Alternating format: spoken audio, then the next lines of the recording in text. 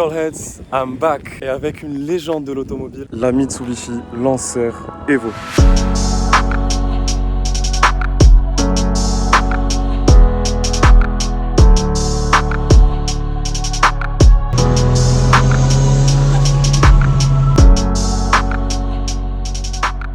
Bon, on perd pas les bonnes petites habitudes. Vous savez que j'aime bien commencer par un peu l'historique de la voiture pour que vous puissiez mieux la situer. Et si la Evo c'est une légende, c'est avant tout par le rallye. L'histoire de Mitsubishi avec le rallye, elle a commencé dans les années 70 avec la Lancer, petite voiture 100 chevaux. Ça s'est pas trop mal passé pour eux. Ils ont donc bossé sur un gros prototype pour le groupe B. Malheureusement, le groupe B a pris fin avant qu'ils puissent finir cette voiture-là. Et du coup, toute la recherche et développement qu'ils ont fait, ils l'ont mis où? Pas dans la Lancer, mais dans la Mitsubishi Galant. La Galant a pas eu un succès particulier jusqu'à ce que Mitsubishi décide de revenir à la Lancer, d'où le nom évolution, tout simplement parce que c'était une voiture plus compacte et plus légère. Et s'il y a un chiffre que je trouve super cool qu'il faut garder en tête concernant le retour de cette Lancer là en compétition, c'est le chiffre 3, aka le nombre de jours qu'il a fallu à Mitsubishi pour écouler les 2500 exemplaires qui sont exigés par la réglementation de la FIA pour pouvoir engager une voiture de série en compétition. Et donc dès la sortie de la Evo 1 en 1992, la voiture a direct eu un énorme succès au point où ils ont dû en reproduire tellement la demande était forte. Et la Dynasty, moi j'aime bien parler de Dynasty pour cette voiture là, elle s'est étalée sur pas mal d'années parce qu'il y a eu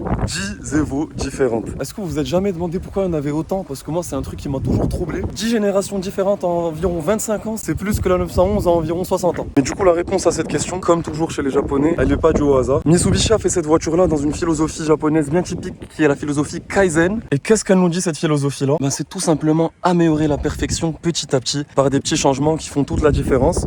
Et c'est pour ça que pendant les années 90, on a quasiment eu le droit à une Evo tous les ans ou tous les 2 ans. Tout ce travail-là, ça a fini par payer parce que Tommy Mäkinen, pilote de WRC, a gagné 4 fois le championnat du monde des rallyes au volant d'une Evo. D'ailleurs, je vous parle de légende de rallye, années 90, japonaise. Ça doit vous faire penser à la Subaru Impreza WRX STI, que j'ai eu la chance d'essayer. D'ailleurs, je vous laisse le lien pour voir cet essai-là, parce qu'il y a pas mal de choses à dire sur cette voiture. Et il faut du coup se mettre en tête que pendant les années 90, le WRC, c'était une battle légendaire entre la Evo et l'Impreza. C'est ce qui leur a valu le surnom de rival du désespoir ou sœur du désespoir, en clin d'œil pour un animé japonais. Et moi, j'ai trop kiffé cette petite anecdote-là, parce que bon, rival, on sait pourquoi, mais le désespoir, pourquoi ils ont parlé de désespoir? Tout simplement parce que ces deux japonaises là, quand elles sont sorties, elles ont dominé le monde des sportifs d'un point de vue performance. La Evo faisait mieux que certaines allemandes comme les Porsche. Il y a même eu Top Gear qui avait mis une Evo sur circuit avec une Murcielago et elles s'en étaient très bien sorties. Maintenant vous imaginez bien que la dynastie est tellement longue, il y a tellement eu d'améliorations où à chaque fois c'était 10 chevaux par là, refroidissement amélioré ou les jantes un peu allégées ou certaines pièces du moteur renforcées, que je vais pas m'amuser à vous dire tout ce qui a été changé pour chaque génération d'Evo, ce serait trop long. Mais j'ai retenu 2 modifications que j'ai trouvé assez cool. Le premier, et on reste dans le WRC, c'est que jusqu'à la Evo 6, toutes les Evo avaient le même châssis que la voiture qui était engagée en WRC. Et ça, je trouve ça juste dingue. On prend une voiture de course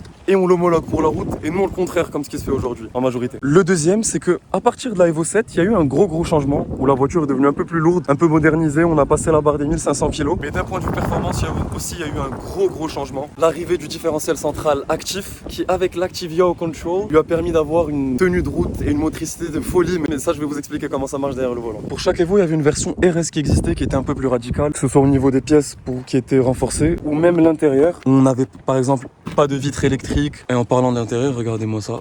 Moi j'aime bien, c'est assez sobre, il n'y a pas de superflu comme souvent chez les japonaises. Volant 3 branches, aucune commande. Ça, j'imagine que ça a été ajouté par rapport à la prépa, mais on va y venir. Une boîte méca et les bacs et récaro. En plus, regardez là, les différents modes de conduite qu'il y a, tarmac, gravel et snow. Ça donne bien la couleur sur les capacités 4-wheel drive de la voiture et le clin d'œil au monde du rallye. C'est impressionnant aussi de voir ces compteurs là. Juste à côté de toi, t'as vraiment la pression du turbo sous les yeux quand t'accélères, j'ai hâte de voir ça. On a vu une partie de ce qui fait la légende de la Lancer Evo, le rallye et ses victoires en rallye. Il y a autre chose qui fait qu'une Lancer Evo, ça parle un peu à tout pétrolhead. On sait tous que quand on entend le mot Evo, même si on n'était pas au courant de tout ce qui est rallye, même si on sait pas ce qu'il y a sous le capot, on sait que c'est synonyme de performance et de plaisir de conduite. Pourquoi? Parce qu'en fait, la Evo, c'est une vraie star de cinéma. Ça a commencé par les animés avec Initial D, où c'était la voiture des méchants. Il y a eu Too Fast, Too Furious, où c'était la voiture de Paul Walker. Elle a aussi joué, si je peux dire ça comme ça, dans Taxi 2, où c'était encore une fois la voiture des méchants, des Yakuza, la mafia japonaise. Et je trouve que c'est assez révélateur de l'aura qu'apporte cette voiture-là. Vous aurez remarqué, mais moi j'aime bien vous faire la contextualisation, l'histoire en statique à l'arrêt pour que vous vous imprégniez bien un peu de l'esthétique de la voiture, vous preniez bien le temps de la savourer. Et en fait, ce que j'aime bien, c'est qu'elle a vraiment un look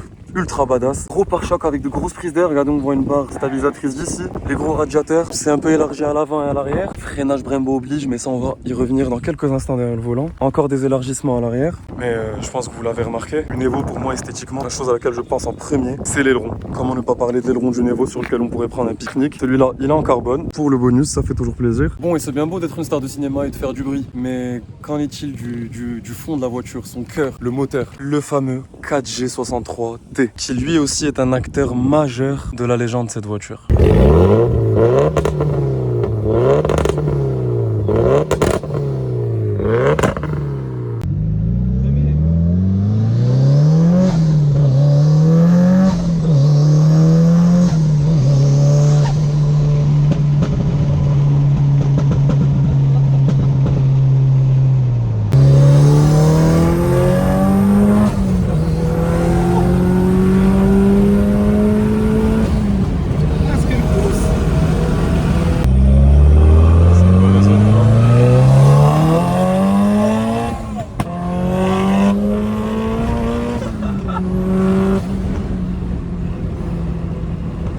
Exceptionnel. Bon, là le 4G63 il a vraiment bien mis la barre haute, direct. Et il faut savoir que ça a été, ce moteur là il était de la Evo 1 en 1992 à la Evo 9. Il n'y a que la Evo 10 qui n'a pas eu ce bloc là. Plus précis encore, dans l'Evo 9 on a le 4G63T 3G, pour à peu près 3e génération, où les améliorations principales c'était des arbres à cam de course, les pistons rythme renforcés, encore le refroidissement d'amélioré. J'ai du mal à croire qu'on est sur un 2 litres turbo 4 cylindres.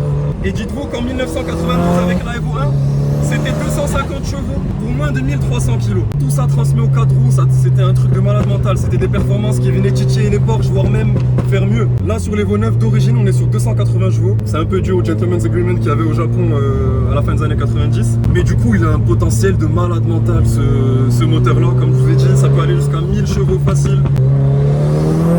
Celle-ci, on est sur la barre des 530 chevaux à peu près. Je vais vous en parler plus en détail avec Zinedine, qui nous fait le plaisir aujourd'hui de partager avec nous, son Evo 9, qui est, comme vous l'avez vu, juste une énorme bombe. J'en ai même oublié de vous le présenter direct tellement il a attaqué d'un coup, j'étais scotché, j'ai rien compris. Le plaisir est partagé, un petit peu de plaisir. Déjà, il faut savoir que toi, tu avais une Civic Type R avant. Moi, la question que je voulais te poser, avoir ton avis sur qu'est-ce qui a fait que tu t'es dit je veux vendre la Type R, que j'ai eu la chance de conduire et que vraiment c'est un de mes coups de cœur automobiles que je vais garder en tête. Qu'est-ce que tu t'es dit pourquoi on a lancé l'Evo? Petite anecdote sympa. En gros, j'étais allé à Andorre en plein hiver et j'ai eu le malheur de tomber sur beaucoup de neige, énormément de neige. Ouais. Et je suis resté coincé pendant 2 jours, la voiture immobilisée. Et ça a été un facteur majeur dans mon changement. Il me fallait absolument une voiture 4 roues motrices qui soit 4 portes. Et aussi, j'ai trouvé que la Type R était beaucoup trop aseptisée.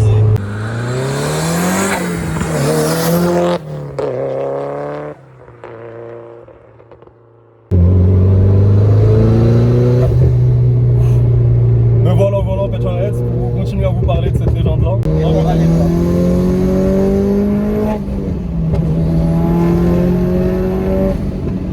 Quel boucan elle fait.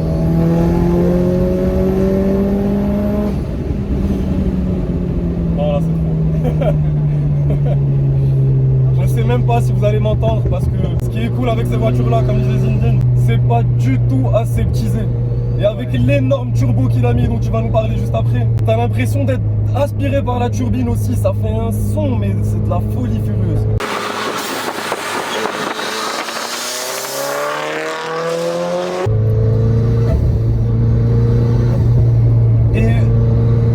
Il y a un truc que j'avais ressenti aussi avec l'Impreza, que je ressens beaucoup ici aussi, c'est cette conduite 4 roues motrices.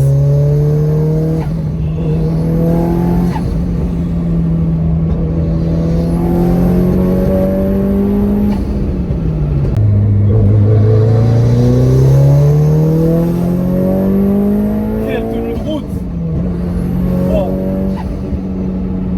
Petite courbe, on se met bien, la voiture répond direct. J'adore les réglages qui ont été faits sur le châssis de cette voiture, c'est un sentiment que j'avais jamais ressenti avant. Là on va attaquer le fameux virage descendant en toute tranquillité. Et tout à l'heure, je vous ai parlé de l'Active Yaw Control avec le différentiel central actif. Et c'est vraiment deux éléments qui participent à cette motricité monstre. Pour faire simple, l'Active Yaw Control, ça permet de lutter contre le mouvement de lacet. C'est quelque chose que je savais pas, donc je trouvais ça intéressant de vous le partager. C'est tout ce qui est oscillation par rapport à l'axe vertical de la voiture. Tout comme le roulis par exemple, c'est par rapport à l'axe longitudinal. Là, c'est par rapport à l'axe vertical. Je vous laisse un petit schéma pour vous imaginer ça un peu. Et avec le différentiel central, ça donne vraiment cette possibilité de prendre des virages à fond et de tirer le meilleur de cette conduite quadromotrice qui est primordiale pour gagner en rallye.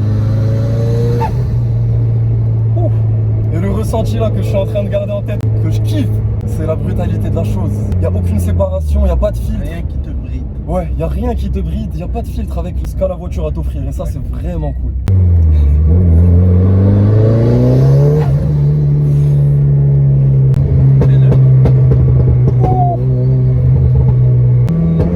La réactivité, elle est incroyable. J'adore la prépa qui a été faite sur cette voiture. À peine tu touches.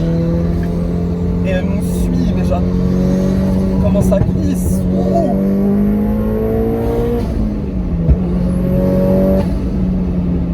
Je suis en plein kiff de découvrir encore un peu plus cette conduite quadromotrice parce qu'il faut pas croire que si t'es en four-wheel drive, c'est bon, tu peux taper comme un fou dans les virages et que tout va passer. C'est vraiment assez particulier, il faut prendre les virages d'une manière assez différente, mais avec la stabilité qu'a la voiture, la raideur des suspensions. Aussi notez que j'ai des ressorts courts A-bar.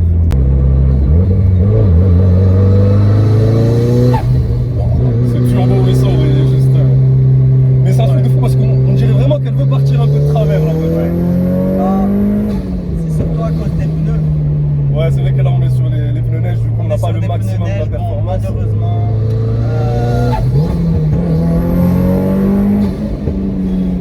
Et heureusement que tu as fait cette modif sur les freins. Ouais. Vraiment, je vous le dis souvent, mais upgrade les freins, je pense que c'est la chose la plus importante sur des modifs. Mais vraiment, merci, je suis trop content de faire l'expérience concrète Non, t'inquiète pas, y a de pas de l'Evo, problème. tu vois. Ouais. C'est quelque chose dont je vais vraiment me souvenir.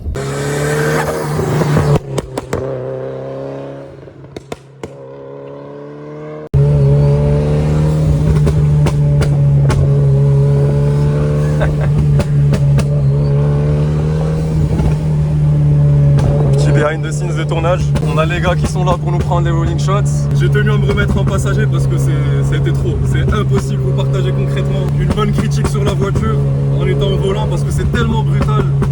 J'ai adoré. C'est vraiment une des meilleures expériences au volant que j'ai eu. Vraiment merci Zinji. Avant de conclure sur la voiture, je vous retrouve avec Zinji à l'extérieur pour vous montrer un peu ces modifs et tout ce potentiel dont on vous parle depuis le début.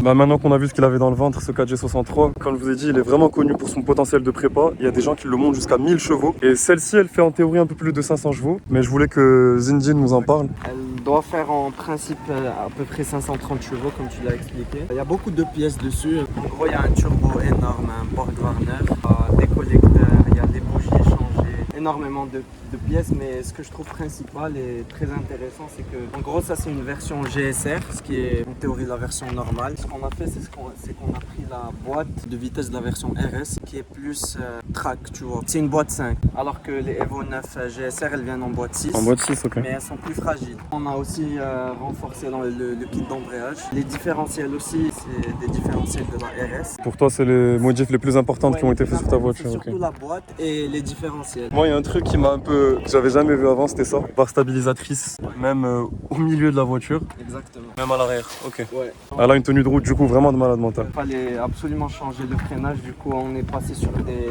disques avant de la RS, plus efficaces. Et les étriers, c'est des étriers Brembo céramique. Elle est ultra loud.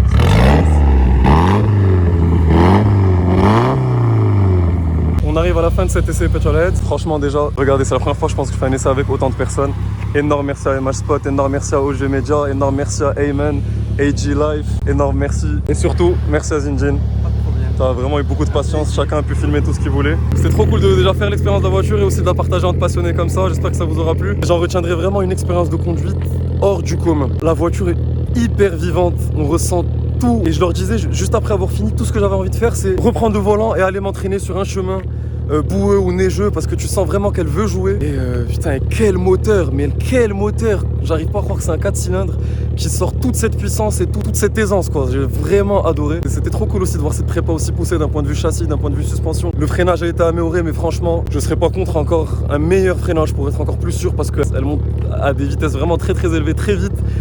En tout cas, énorme merci à vous aussi Petrolheads d'avoir vu cet essai-là, qui est aussi un peu un vlog avec la présence de tous les gars qui ont aidé. J'ai grave kiffé. Dites-moi vous ce que vous avez pensé de ce type de contenu-là, un peu borderline vlog, borderline essai structuré. En tout cas, j'ai pris du plaisir. J'espère que vous avez pris du plaisir aussi à regarder cette vidéo parce que c'est le plus important. Merci à tous ceux qui m'ont envoyé des messages pendant cette petite absence pour me dire de revenir. Ça fait grave plaisir. Et voilà, abonnez-vous, laissez un like pour aider au développement de la chaîne. Et je vous dis à la prochaine pour une prochaine aventure.